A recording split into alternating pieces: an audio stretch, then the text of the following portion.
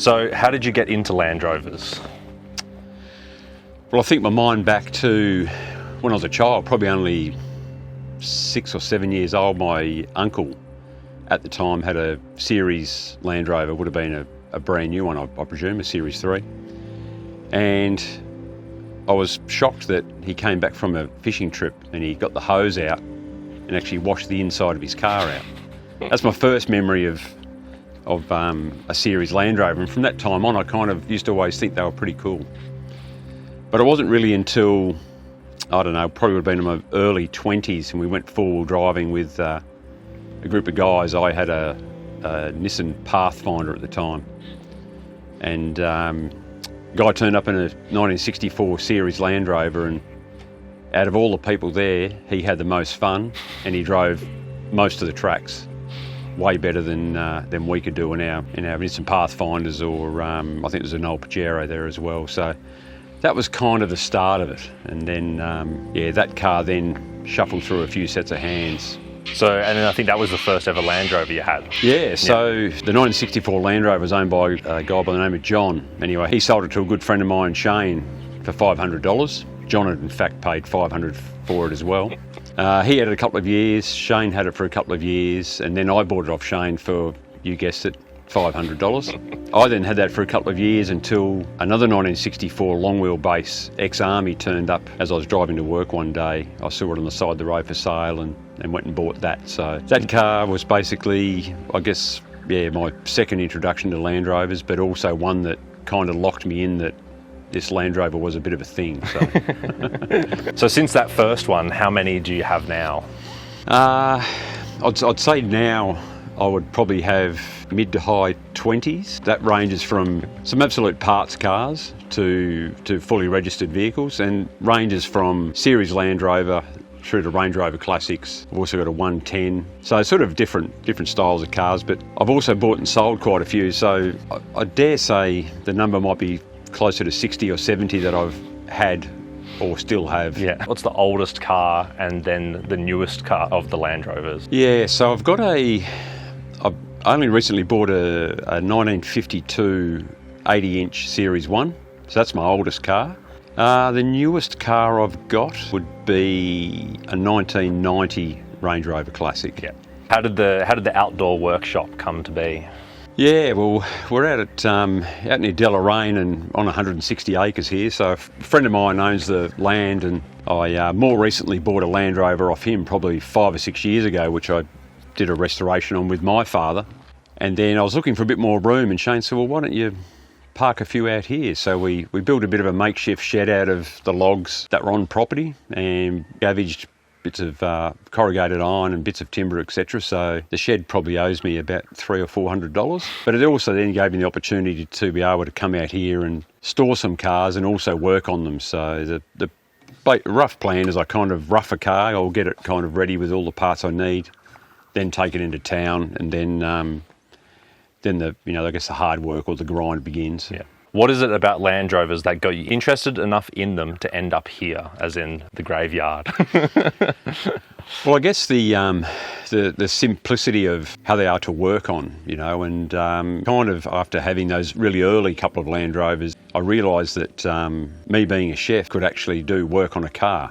That's probably one of the main motivators, and I think also the fact that they're still affordable. If you took a car like a 70s model Land Cruiser or something like that, you're probably looking at $20,000-$30,000, whereas you can buy a Land Rover for $2,000 and functionally actually have a car that can do similar things. So, plus I've got a wide circle of friends in Tassie that are into Land Rovers, and a couple of those guys put my small collection to shame with the amount of cars they've got. Yeah, we work on them together. And also just the brains trust of that group of people makes it easier. We've got a detailer in the group. Yeah. We've got a guy that's fantastic with electrics. There's a boiler welder maker. There's a tyre fitter.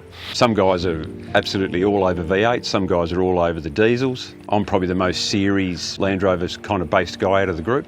With all those guys and the fact that you have parts cars as well is something that makes it more affordable to work on these cars. Yeah, easy. So out of all the Land Rovers that you have, which one is your favourite and why? That's a bit of a tough one, because it's a bit like asking, who's your favourite child? That's a tough one to answer. It's a loaded question. But I'd say, yeah, my heart is probably with series Land Rovers. The 1952 80-inch that I've just bought is probably the car that I've been wanting to get for some time. They are a bit harder to come by, and they're certainly harder to come by that are in decent condition. So I was lucky enough to find one in a decent condition for a decent price. So there's that. But I also love Range Rover Classics as well. Particularly the early four doors is kind of where I'm at, sort of 82 to 85. The simplicity of them being carburetted and 2 or 3 fuses run the whole car makes it much more easy to work on. And so it's a tough one. Some days I'll want to drive a series. Some days I love driving the Classic. So what is your dream Land Rover build? Had a bit of a think about this one actually. It's a tough one to answer because, you know, on any given day I could be focused on a series or focused on a Range Rover. I would like to build a road going Range Rover Resto mod, so something that is equivalent to, I guess, the more modern day Range Rover Sport. You know, a bit more performance, probably better road handling and low, not too low, but something like that. But also series based. There's a model called a 1 tonne, which they never brought to Australia. However, they're built on a military chassis, so we have those in Australia. So potentially building a replica 1 tonne Land Rover series, probably a Series 2A, which is mid-60s, would be ideal. Maybe a V8 in that. And if you had to give advice to anyone that wants to get into Land Rovers, or they've never driven a Land Rover but they like them, what would you say?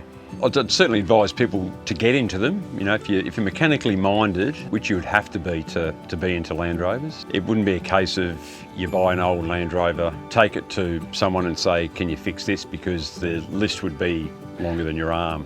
If you're mechanically minded, by all means, you know, they're a fantastic entry-level car to work on. Even the early Range Rovers are just so basic. The series even more basic. So get involved in forums. YouTube's your best friend. There's parts galore, particularly out of the UK. You can buy parts, every part for the series Land Rovers and most for the Range Rover Classics. I'd suggest just to get into it because it's an enjoyable hobby.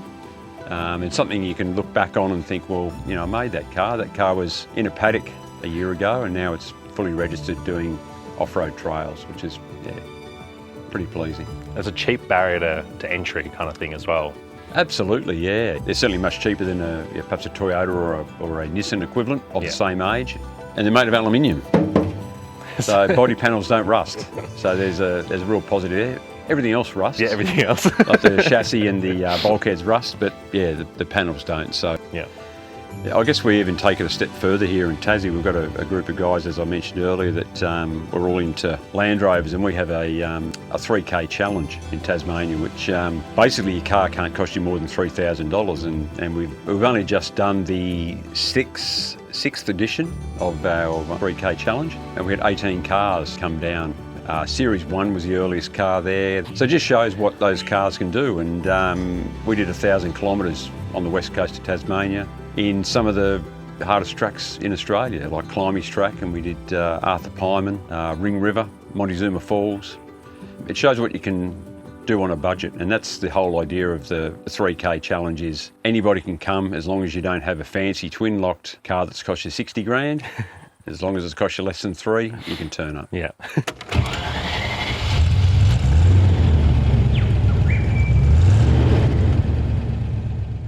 So the Blue Ranger that we worked on, how did that come to be?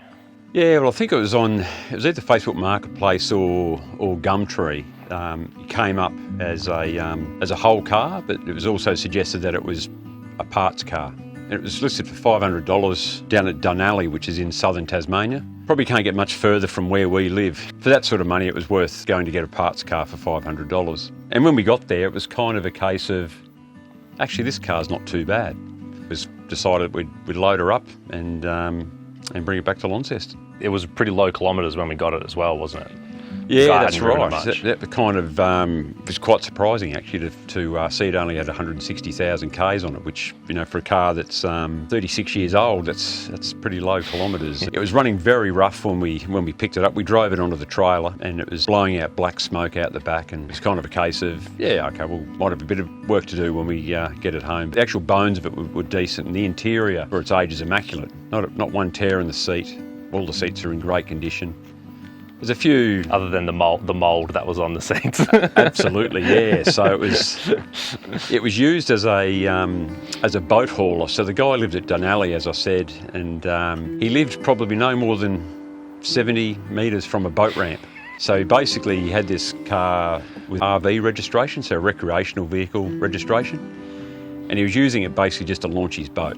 It's fair to say he probably never washed it after he launched his boat each time either, so there's a fair bit of surface rust, which when you look closer at the car, it's actually in good order. So yeah, that goes into what did we actually end up doing to it to get it kind of in the state that it's in now?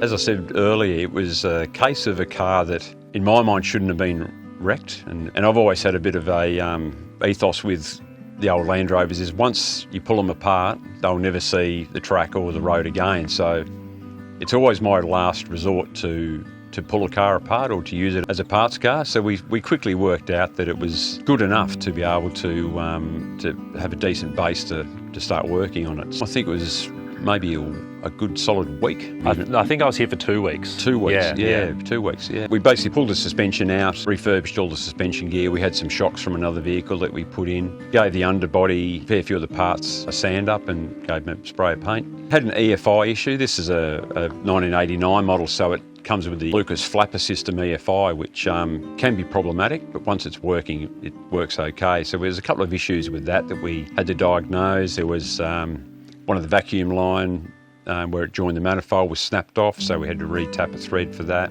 We put all new brakes through it, so all new rotors, all new pads, serviced all the brakes, did a transmission service on it.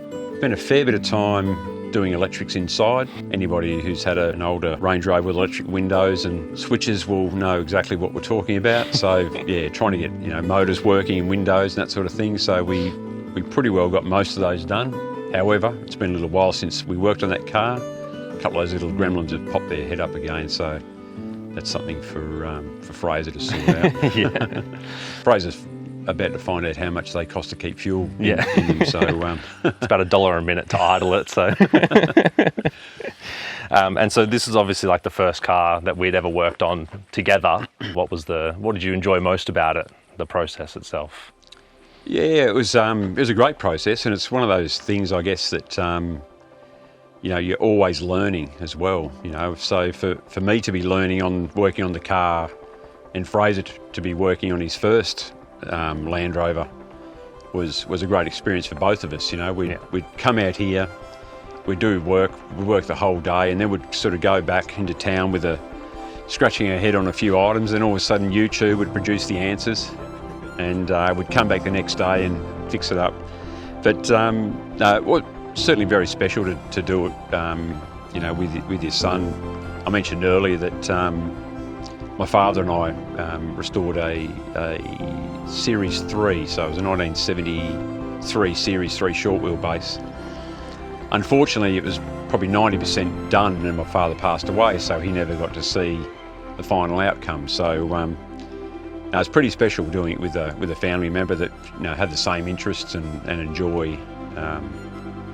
I guess the ups and downs of restoring an old car, because sometimes a bolt can take you 3 hours to get undone, or sometimes you can do a transmission swap in 3 hours. So there's kind of wins and losses with them. Yeah. So. Yeah, definitely. Cool. Thanks, Dad. That's all right.